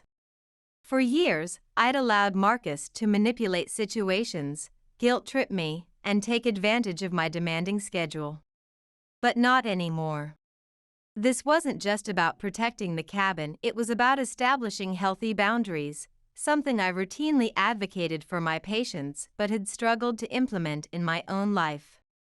I sat at my kitchen table, my laptop open like a surgical tray laid out with instruments. The co-ownership agreement Amelia had sent over was as clear as a clean X-ray. Neither of us could sell the cabin without the other's written consent. Marcus's actions weren't just unethical, they were as blatantly wrong as a misdiagnosis. My focus was interrupted by a sharp knock at the door, carrying the same urgency as an emergency room alert. There stood Marcus, wearing his trademark self-assured expression, dressed in an expensive suit that probably cost as much as a month's worth of medical supplies. "Mind if I come in?" He didn't wait for an answer, striding into my apartment like he was entering his own private clinic. I crossed my arms, watching him settle into my chair with the same clinical detachment I used when observing difficult patients. "What do you want, Marcus?" "Look, Evelyn," he began, his tone dripping with the kind of condescension I often heard from pharmaceutical representatives. "I know you're upset, but you have to understand my position. I was in a tight spot. The people I owed money to weren't exactly the patient type." I raised an eyebrow, the same way I did when catching an inconsistency in a patient's story. "And you thought selling property that wasn't yours was the solution?" "Borrowing," he corrected, as if changing the diagnosis would alter the symptoms. "I was going to make it back. Once my luck turned around, I would have made everything right." I couldn't help but let out a laugh as bitter as strong antiseptic. "Your luck? That's what you're counting on, Marcus? You've been gambling away money since before my mother's death, and it's never worked out. What made you think this time would be different?" He shifted in his seat like an uncomfortable patient, but his facade quickly returned. "You're overreacting. It's just a cabin. You're hardly ever there with all your medical missions. Why not let someone else make use of it?" "Because it's mine," I said with the same conviction I used when insisting on life-saving procedures. "Because it's my sanctuary. You don't get to decide what I value or what I do with my property. And for the record, Amelia values it just as much as I do. Your attempted sale is as invalid as an unsigned prescription." His face darkened like a threatening prognosis, and for a moment, I saw a flicker of fear, the kind I often witnessed in patients receiving serious diagnoses. "You wouldn't really go to the authorities, would you? You wouldn't destroy your own stepfather like that?" I leaned forward, meeting his gaze with the same steady focus I maintained during delicate procedures. "Try me." For once, Marcus had no clever response. He stood up, mumbling something under his breath, and stormed out, slamming the door with enough force to rattle my framed medical license. I sank back into my chair, my heart racing like it did after a challenging surgery. The confrontation had left me shaken, but I also felt a surge of professional satisfaction. Marcus was finally beginning to realize that his usual manipulative techniques wouldn't work on me anymore. This wasn't just about the cabin, it was about standing up to someone who had been undermining my boundaries since medical school. He showed up at my apartment, I told Amelia during our video call, pacing my living room like I did during difficult consultations. Tried to spin some story about how he borrowed the cabin to settle his gambling debts. Amelia's laugh through the screen was as sharp as a surgical blade. "Borrowed? That's rich. Does he even hear himself? What did you say?" I told him the sale was invalid, and if he pushed me, I'd go to the authorities, I replied, automatically organizing my medical journals as I spoke, a habit that helped me process stressful situations. That seemed to shake him, but knowing Marcus, he's probably already plotting his next move. "Let him plot," Amelia said with the confidence of a winning legal argument. "I've contacted our lawyer to draft a formal cease and desist letter. If he tries to involve the buyer again, we'll have a legal paper trail ready to stop him." I nodded, her words grounding me like a steady pulse during surgery. Thanks, Amelia. I don't know what I'd do without your expertise in all this. You'd find another way, she said, but we're stronger together, just like in our environmental protection cases. Over the next few days, I approached gathering evidence with the same methodical precision I used in documenting patient cases. Each piece of documentation was carefully organized: the co-ownership agreement, screenshots of Marcus's incriminating messages, and communications with the real estate agent. When I contacted the agent, her voice carried the nervous energy of someone confessing medical history they'd previously withheld. "Dr. Parker, I need to be clear about this," she said hastily. I had no idea about the co-ownership situation. Marcus assured me he had full authority to sell. I maintained my professional composure, the same tone I used when gathering sensitive patient information. "I understand. I'm not trying to implicate you in this. I just need to confirm, did Marcus sign the paperwork alone?" "Yes," she admitted, relief evident in her voice. "The buyer hasn't completed payment because I flagged some irregularities in the transaction. I can provide you with all the relevant documentation." "That would be very helpful," I replied, making mental notes as precisely as I would during rounds. As I ended the call, I felt the same focused determination that guided me through complex medical procedures. Marcus had counted on me being too preoccupied with my medical work to fight back, but he was about to learn just how thorough a doctor could be. Amelia's evening call brought more positive developments. "The cease and desist letter is ready," she announced with the satisfaction of a successful environmental injunction. "We'll send it first thing tomorrow. If he makes any more attempts to claim ownership, we'll escalate immediately." "Perfect," I said, allowing myself a small smile, the kind I reserved for successful treatment outcomes. For the first time since this ordeal began, I felt like I was regaining control of the situation. Marcus thought he could steamroll over my rights, but he was about to face a different kind of diagnosis, one he couldn't charm his way out of. Detective Miller's call came just as I was reviewing patient files. His voice carried the professional authority I recognized from my own field. "Dr. Parker, I've reviewed the documents you and Ms. Hayes provided. The unauthorized sale attempt is clear-cut. We can proceed with a formal investigation if you wish." "Yes," I replied without hesitation, the same decisiveness I used in emergency situations. "I want to pursue this." "We'll begin by contacting the potential buyer," Detective Miller explained, his methodical approach reminding me of consulting with fellow physicians. "Based on the evidence, if Marcus continues to interfere, we'll pursue criminal charges for fraudulent misrepresentation." "Thank you, Detective," I responded, unconsciously organizing my medical documents as we spoke. The systematic approach to justice felt familiar, like following a well-planned treatment protocol. Marcus's call came during my clinic hours, his voice carrying a desperate edge I'd heard in patients facing serious diagnoses. "Do you have any idea what you've done, Evelyn?" he demanded. "You're destroying everything." "No, Marcus," I replied with the calm certainty I used when explaining necessary medical procedures. "I'm protecting what's mine. You created this situation yourself. You've always been so ungrateful," he sneered. "I stepped in when your mother was overwhelmed, and this is how you repay me?" I felt a laugh rise in my throat, as bitter as surgical antiseptic. "You didn't step in, Marcus. You invaded. You manipulated and used people for your own gain, just like you're doing now. The difference is, this time there are consequences." He started to protest, but I cut him off with the same decisiveness I used in emergency situations. "This conversation is over. If you have anything else to say, direct it to my lawyer." I ended the call and sat back in my office chair, my heart racing like it did after a difficult procedure.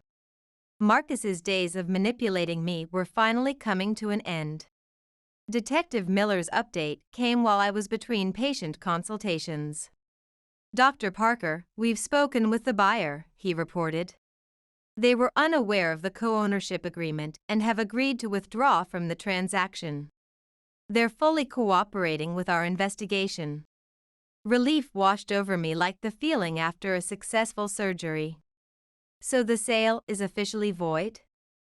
"Yes," he confirmed. "The cabin remains under your and Ms. Hayes' ownership. However, we'll need to keep the case open to address your stepfather's fraudulent actions. Would you like to press charges?" I paused, my mind working through the options like diagnosing a complex case. "Yes," I said firmly, using the same conviction I had when recommending crucial treatments. "I want him held accountable." "Understood," Detective Miller replied. "We'll proceed with the case. Thank you for your cooperation." After ending the call, I took a deep breath, feeling the same mix of emotions I experienced after a challenging medical intervention. For the first time since this ordeal began, I felt the tension in my shoulders begin to ease. The cabin was secure, and Marcus's schemes were finally facing proper scrutiny.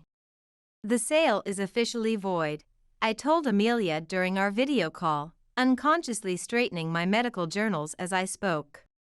"The buyer's withdrawing completely." "That's excellent news," Amelia responded, her satisfaction evident. "What about Marcus?" "The police are moving forward with their investigation," I explained, my voice carrying the same professional tone I used when discussing treatment plans. "He's not getting away with this anymore." "Good," she said firmly. "It's about time someone held him accountable. How are you feeling about all this?" Her words resonated with me, like a precise diagnosis finally clicking into place. For years, I'd allowed Marcus to operate unchecked, his manipulations, his entitlement, his complete disregard for boundaries. But this time, I'd stood my ground, using the same determination that had carried me through medical school and countless humanitarian missions. That evening, I visited the cabin for the first time since returning from Africa. As I stepped inside, the familiar scent of pine and cedar wrapped around me like a protective blanket. The sound of my footsteps on the wooden floors, the gentle creak of the door, everything reminded me of why this place meant so much. I settled into my favorite chair by the fireplace, letting the quiet of the mountains wash over me. This wasn't just a property I was defending, it was my sanctuary, where I processed difficult cases, celebrated medical breakthroughs, and found peace amid the chaos of emergency medicine.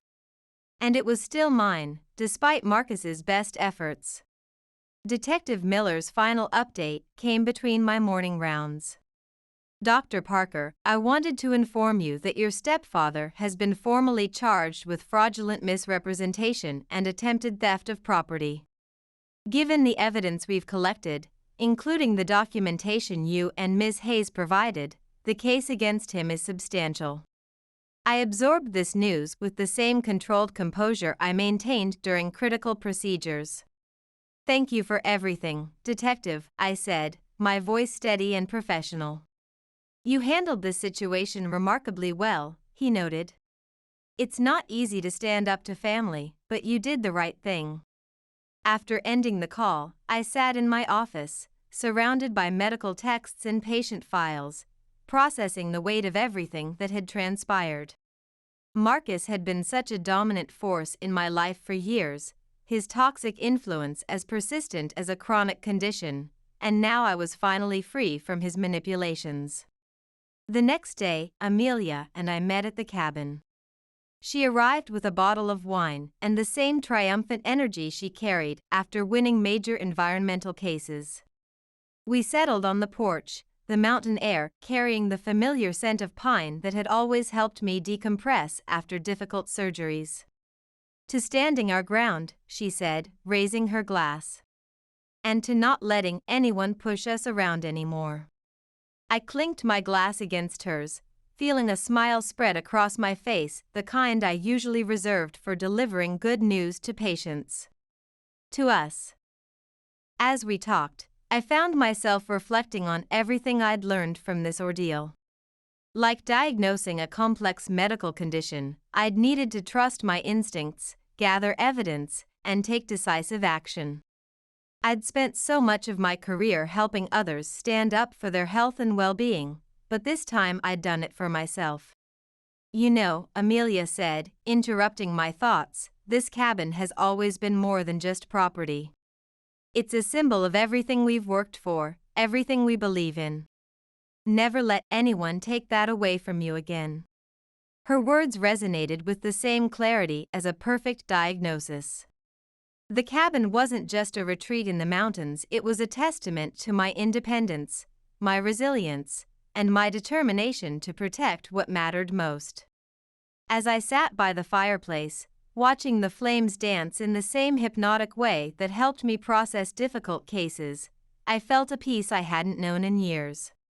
Marcus's betrayal had tested my professional composure in ways no medical emergency ever had, but it had also shown me just how much strength I'd developed through years of handling critical situations. Life gradually settled into a new rhythm, like a patient recovering after successful treatment. The cabin, once the center of Marcus's attempted theft, became my sanctuary again. Each creak of the floorboards and whisper of wind through the trees reminded me of what I'd fought to protect. During this time, my mother called once. Her voice carried the hesitation I often heard in patients' family members struggling to accept a diagnosis. "You know how he gets, Evelyn," she said, her usual defense of Marcus sounding hollow. "I do," I replied with the same professional certainty I used when explaining treatment plans. "That's exactly why I did what I had to do." She didn't argue. For the first time, there was no attempt to mediate, no plea for understanding. Just a quiet acknowledgement before she said, "I hope you find peace." "I already have," I responded, and I meant it. Amelia and I spent the following weekends making improvements to the cabin. We repaired loose shingles, reinforced the porch railings, and planted new herbs in the garden, each one carefully selected for its medicinal properties. Every improvement felt like strengthening our claim to this place, much like building immunity against future threats. One evening, as we finished painting the porch, Amelia turned to me. "So, what's next for you, Evelyn? You've secured the cabin, stood up to Marcus, what's the next challenge?" I considered her question with the same thoughtfulness I gave to complex medical cases. "I'm going to continue doing what I love," I said, my voice carrying the confidence I'd earned through years of medical practice. Treating patients, volunteering with Doctors Without Borders, living life on my terms. But this time, I'm not letting anyone else dictate how I do it. She smiled, understanding the diagnosis behind my words. To that. As the days passed, I found myself reflecting more on everything I'd learned from this experience. It wasn't just about the cabin or even Marcus, it was about recognizing my own strength, the same way I helped patients recognize their resilience during recovery. For years, I'd let his behavior influence how much I pushed back, how much I tolerated, but now I knew I was capable of setting and maintaining boundaries, no matter how uncomfortable it made others feel. One evening, as the sun set behind the mountains, casting the same golden light that had witnessed countless moments of healing in this place, I stood on the porch, breathing in the crisp, pine-scented air. For the first time in years, I felt truly at home, not just in the cabin, but in my own life. The peace I found here wasn't just about the location anymore, it was about knowing I had the strength to protect what mattered, the same strength that had carried me through countless medical emergencies and humanitarian missions. As I watched the last rays of sunlight paint the sky, I knew that this wasn't just an ending to Marcus's chapter in my life, it was the beginning of my own story, written on my own terms.